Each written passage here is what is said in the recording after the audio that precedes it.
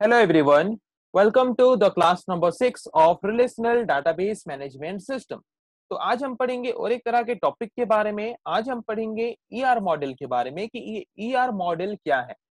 जैसे कि ईआर का फुल फॉर्म है एंटिटी रिलेशनशिप मॉडल। तो ये ईआर मॉडल क्या है? कोई भी मतलब सपोज आप कोई घर बनाना चाहते हो, तो घर क्या आप डायरेक्टली बना लेते हो उसका बिना कोई प्लानिंग किए? किसी भी कॉन्ट्रैक्टर को आप काम दे देते हो बिना कोई डिजाइन बताए कि आपको ऐसे ऐसे घर बनाना है। जब भी आप कोई घर बनाते हो या फिर कोई भी काम करते हो तो पहले उसका एक मॉडल या फिर उसका एक डिजाइन आप बनाते हो या फिर उसका एक डायग्रामेटिक रिप्रेजेंटेशन करते हो।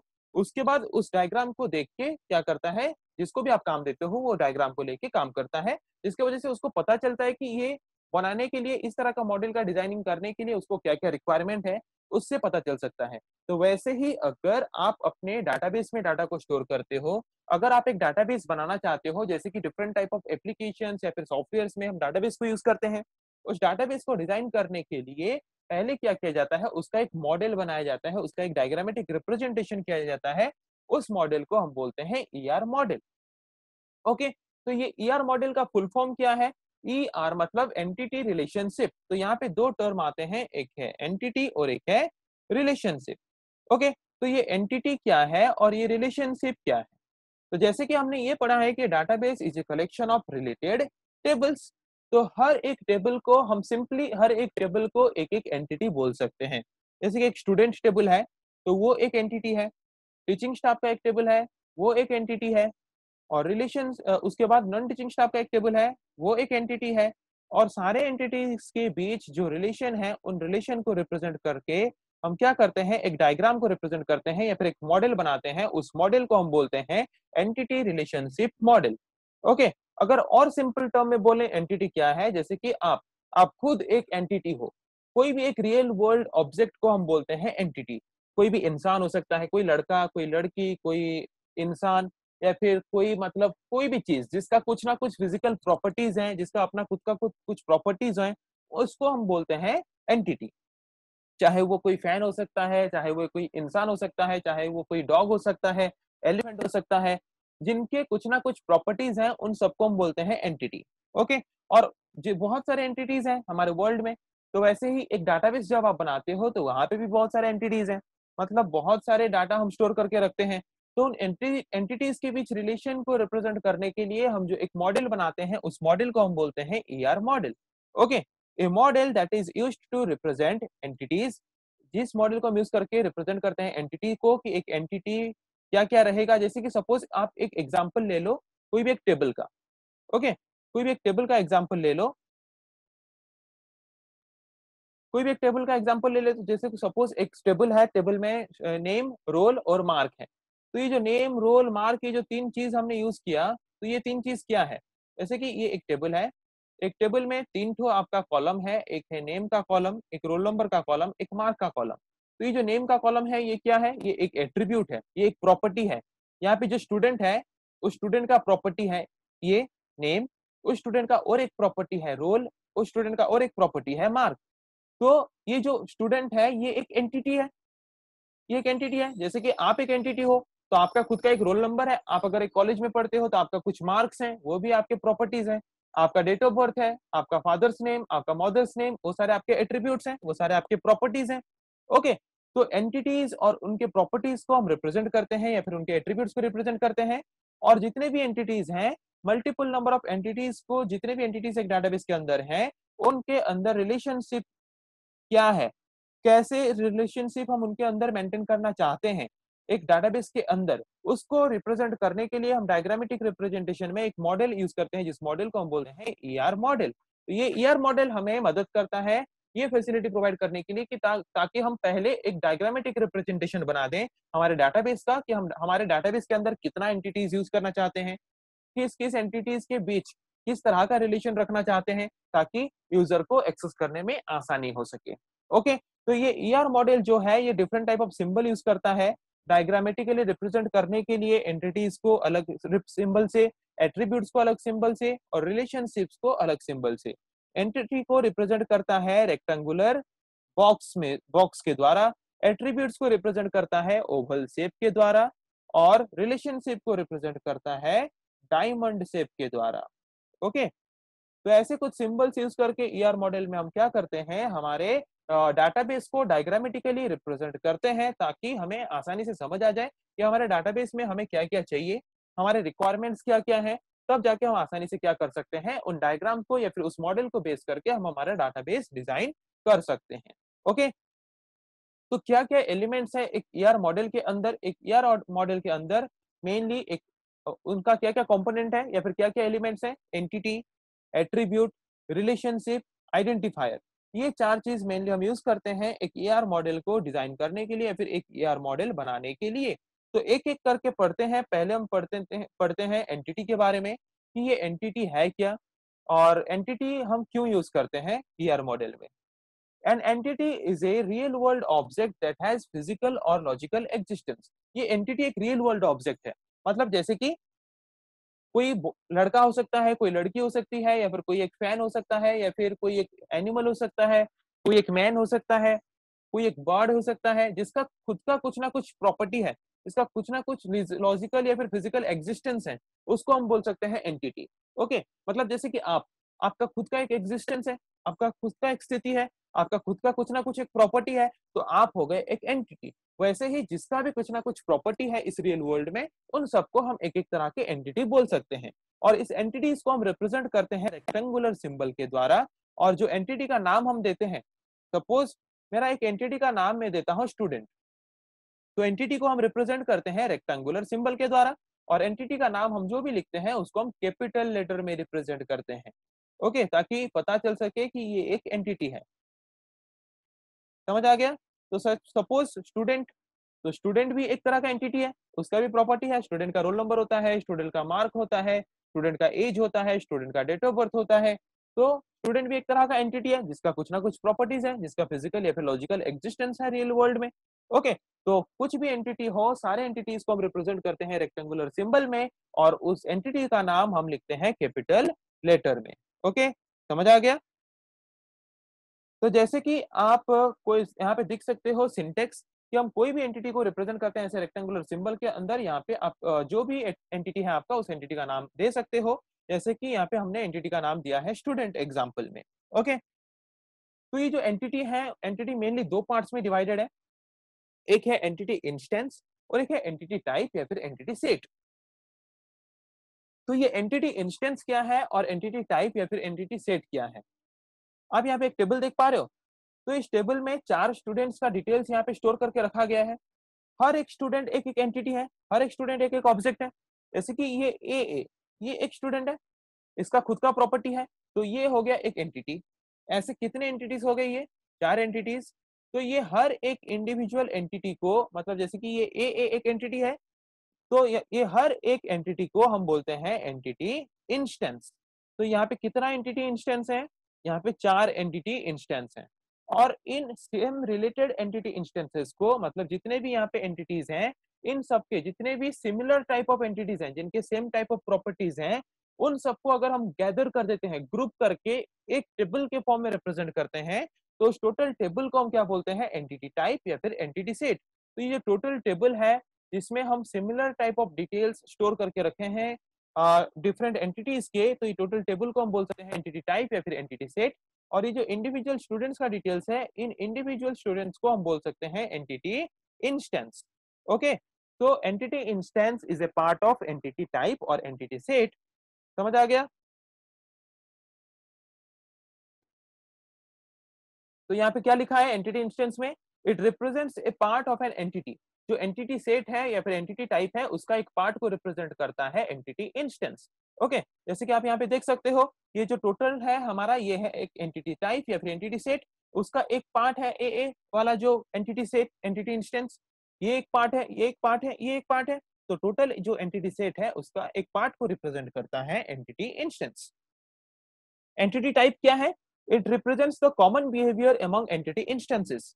अगर कुछ ऐसे एंटिटी इंस्टेंसेस हैं जिनका जो बिहेवियर या फिर जिनका जो प्रॉपर्टी है सिमिलर है, तो उनको गैदर करके अगर हम एक जगह पे स्टोर करके रख लेते हैं, तो टोटल जो ग्रुप बन गया उस ग्रुप को हम बोलते हैं एंटिटी सेट या फिर एंटिटी टाइप। समझ आ गया? तो टाइप्स ऑफ एंटिटी जो है, मेनली दो तरह के एंटिटी होते हैं, एक है स्ट्रॉन्ग एंटिटी और एक है वीक एंटिटी। तो स्ट्रॉन्ग एंटिटी किसको हम बोलते हैं, वीक एंटिटी किसको हम बोलते हैं।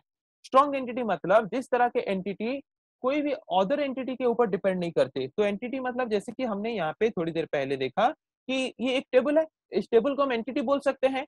इस टेबल में यहाँ पे अगर ये टेबल में हर एक एंटिटी इंस्टेंसेस को यूनिकली आइडेंटिफाई करने के लिए हमें और कुछ एंटिटीज के ऊपर डिपेंड करना नहीं पड़ता, या फिर और कुछ टेबल के ऊपर अगर डिपेंड करना नहीं पड़ता, तो इस तरह के एंटिटी सेट को या फिर इस तरह के एंटिटी टाइप को हम बोलते हैं स्ट्रॉन्ग एंटिटी। जैसे कि यहाँ पे जितने भी नाम हैं, नाम सिमिलर हो सकते हैं, दो या फिर दो से ज्यादा इंसान का मार्क भी सिमिलर हो सकते हैं, एड्रेस भी सिमिलर हो सकते हैं, पर रोल नंबर भी कभी भी किसी का सिमिलर नहीं होता। तो यहाँ पे रोल नंबर वाला वैल्यू हम यूज करके क्या कर सकते हैं, हर एक इंस्टेंसेस को, हर एक एंटिटी को यूनिकली आइडेंटिफाई कर सकते हैं। मतलब इसको हम बोल सकते हैं कि ये एक स्ट्रॉन्ग एंटिटी है जहां पे हमें और कोई एंटिटी या फिर और कोई टेबल के ऊपर डिपेंड करना नहीं पड़ेगा हर एक एंटिटी इंस्टेंसेस को यूनिकली आइडेंटिफाई करने के लिए।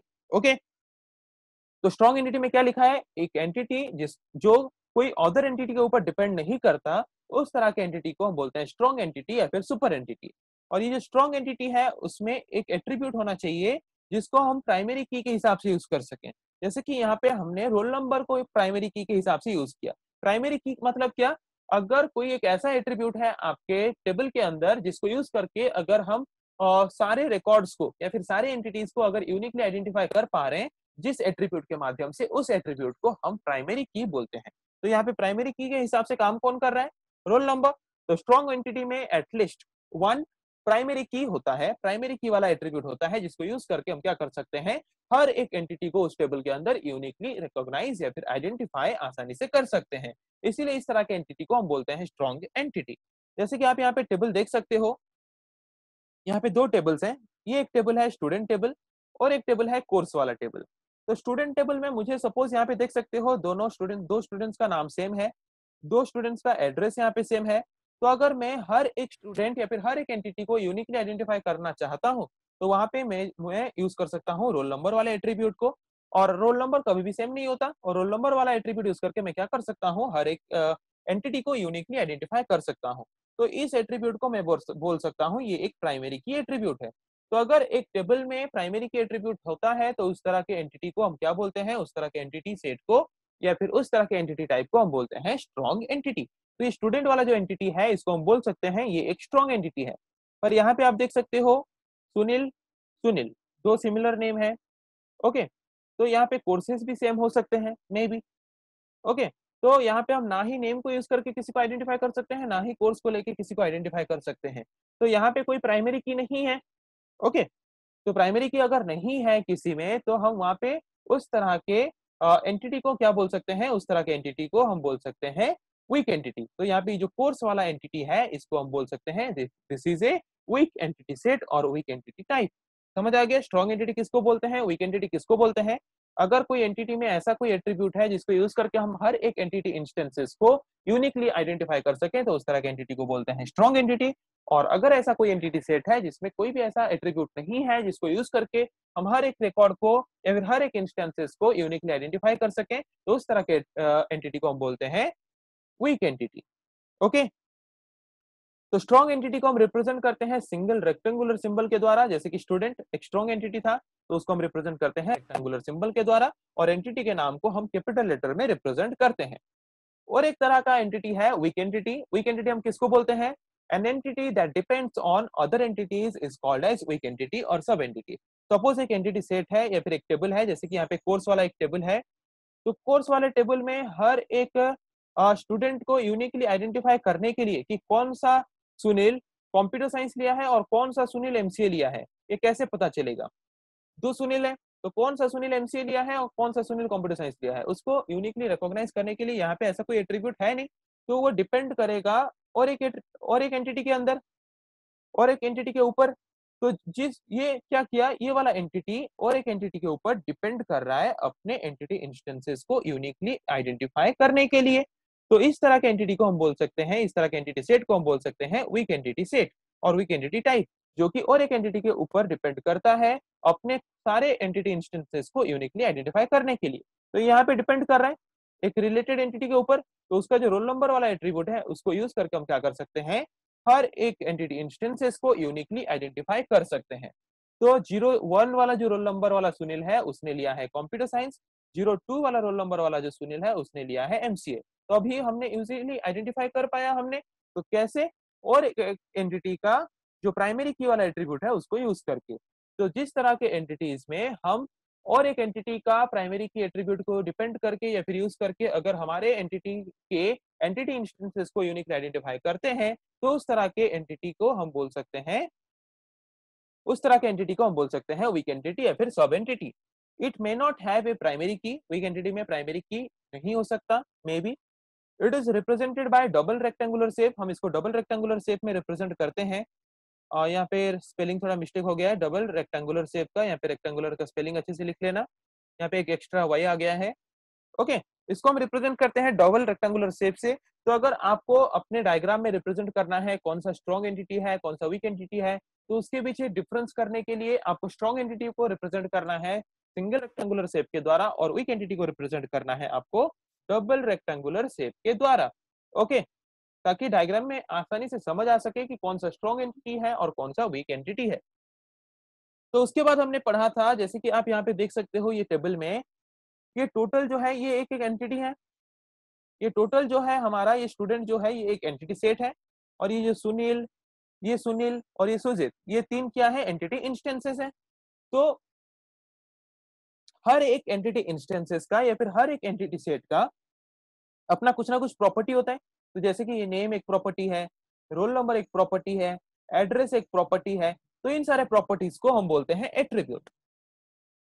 तो व्हाट इज एट्रीब्यूट, अगर सिंपल टर्म में बोले कि कोई भी एंटिटी का जो प्रॉपर्टी है, मतलब जो कि एंटिटी के बारे में डिफाइन करता है, उस प्रॉपर्टीज को हम बोलते हैं उस एंटिटी का एट्रीब्यूट। जैसे कि ये जो रोल नंबर और एड्रेस है, ये सुनील जो एंटिटी इंस्टेंस है उसके बारे में बताता है कि उसका रोल नंबर क्या है और उसका एड्रेस क्या है। तो ये प्रॉपर्टीज हैं या फिर एट्रीब्यूट्स हैं जो कि एक एंटिटी इंस्टेंस को रिप्रेजेंट करते हैं या फिर एक एंटिटी इंस्टेंसेस को खुद को डिफाइन करने में मदद करते हैं। Attributes are the properties of an entity, एक एंटिटी के प्रॉपर्टी को हम बोलते हैं सिंपल में attribute. The one or more fields that are used to describe an entity are called as attributes. हम जो दो या फिर दो से ज्यादा जो भी एट्रीब्यूट्स यूज करते हैं एक एंटिटी को रिप्रेजेंट करने के लिए, उन दो या फिर दो से ज्यादा प्रॉपर्टीज को हम क्या बोलते हैं, एट्रीब्यूट्स बोलते हैं। जैसे कि यहाँ पे name, roll number, address, name, course, ये सब एक एक तरह के एट्रीब्यूट्स हैं। ओके, जिसको यूज करके हम एक एंटिटी को रिप्रेजेंट करते हैं। तो एक एंटिटी के अंदर जितने भी एट्रीब्यूट्स हैं, जितने भी प्रॉपर्टीज हैं, जैसे कि नेम, रोल नंबर, एड्रेस, इनको रिप्रेजेंट करते हैं हम कैसे, by using Oval shape, Oval shape use करके। तो जिस भी एट्रीब्यूट को आपको रिप्रेजेंट करना है उस एट्रीब्यूट का नाम आपको ओवल शेप के अंदर रिप्रेजेंट करना है। ओके, तो ये जो एट्रीब्यूट है, डिफरेंट टाइप्स ऑफ एट्रीब्यूट होते हैं। फर्स्ट टाइप है सिंगल वैल्यूड एट्रीब्यूट या फिर सिंपल एट्रीब्यूट। तो सिंगल वैल्यूड एट्रीब्यूट किसको बोलोगे, इसके नाम से ही पता चल रहा है, जिस तरह के एट्रीब्यूट्स में हम एक एंटिटी का सिर्फ सिंगल वैल्यू रिप्रेजेंट करते हैं, एक बार में सिर्फ सिंगल वैल्यू ही स्टोर करके रख सकते हैं जिस तरह के एट्रीब्यूट में, उस तरह के एट्रीब्यूट को हम बोलते हैं सिंगल एट्रीब्यूट। जैसे कि रोल नंबर हो गया या फिर नेम हो गया, यहाँ पे आप देख सकते हो यहाँ पे सब सिंगल वैल्यूड एट्रीब्यूट है, क्योंकि सिर्फ एक एक ही वैल्यू सब इनपुट किए हैं, सिर्फ सिंगल सिंगल वैल्यू ही इनपुट किए हैं, तो हम हर तरह के एट्रीब्यूट को यहाँ पे बोल सकते हैं सिंगल वैल्यूड एट्रीब्यूट।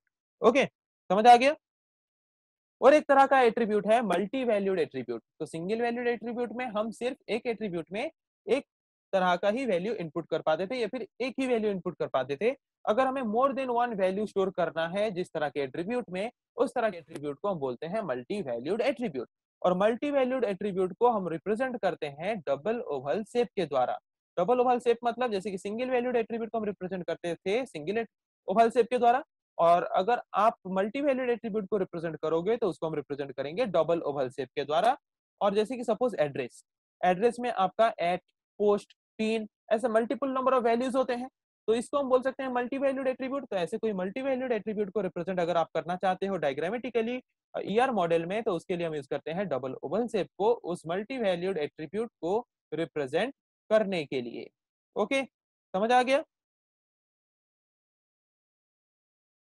तो जैसे कि आप यहाँ पे देख सकते हो, यहाँ पे एड्रेस वाला पार्ट हमने जो लिया है, यहाँ पे at, SPP, state, Odisha, more than one value है। तो ऐसे मल्टी वैल्यूड एट्रीब्यूट को अगर हम डायग्रामेटिकली रिप्रेजेंट करना चाहते हैं तो उसके लिए हम यूज करते हैं मल्टी वैल्यूड एट्रीब्यूट को, जो कि डबल ओवल शेप से रिप्रेजेंट किया जाता है। ओके, उसके बाद और एक टाइप का एट्रीब्यूट है कंपोजिट एट्रीब्यूट। तो कंपोजिट एट्रीब्यूट हम किसको बोलते हैं? An attribute that can be decomposed into sub attributes is called as composite attribute. जिस तरह के एट्रीब्यूट को हम और छोटे छोटे पार्ट्स में डिकम्पोज कर सकते हैं, उस तरह के एट्रीब्यूट को हम बोलते हैं कंपोजिट एट्रीब्यूट। जैसे कि नेम, नेम एट्रीब्यूट को आप दो पार्ट में डिकम्पोज कर सकते हो, first name last name. Address वाले को आप डिकम्पोज कर सकते हो एट, पोस्ट, पिन, ऐसे डिवाइड कर सकते हो अलग अलग पार्ट में। तो जिस एट्रीब्यूट को आप मल्टी पार्ट में फिर से डिकम्पोज कर सकते हो, उस तरह के एट्रीब्यूट को हम बोल सकते हैं कंपोजिट एट्रीब्यूट। जैसे कि मैंने यहाँ पे नेम एट्रीब्यूट को कंपोजिट एट्रीब्यूट के हिसाब से रिप्रेजेंट किया है। नेम एट्रीब्यूट दो पार्ट में फिर से डिकम्पोज हुआ है, एक पार्ट है फर्स्ट नेम और एक पार्ट है लास्ट नेम। तो ये टोटल आता है नेम एट्रीब्यूट के अंदर। तो नेम एट्रीब्यूट को हम यहाँ पे बोल सकते हैं कंपोजिट एट्रीब्यूट। और यहाँ पे एड्रेस में हमने सिंगल वैल्यू इंसर्ट किया है, तो यहाँ पे इसको हम कंपोजिट एट्रीब्यूट नहीं बोल सकते।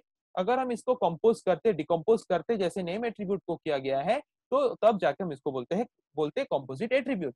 पर यहाँ पे सिर्फ नेम एट्रीब्यूट को हमने क्या किया है, डिकम्पोज किया है, सेपरेट किया है दो पार्ट में। तो इसीलिए हम सिर्फ नेम एट्रीब्यूट को यहाँ पे कंपोजिट एट्रीब्यूट बोल सकते हैं।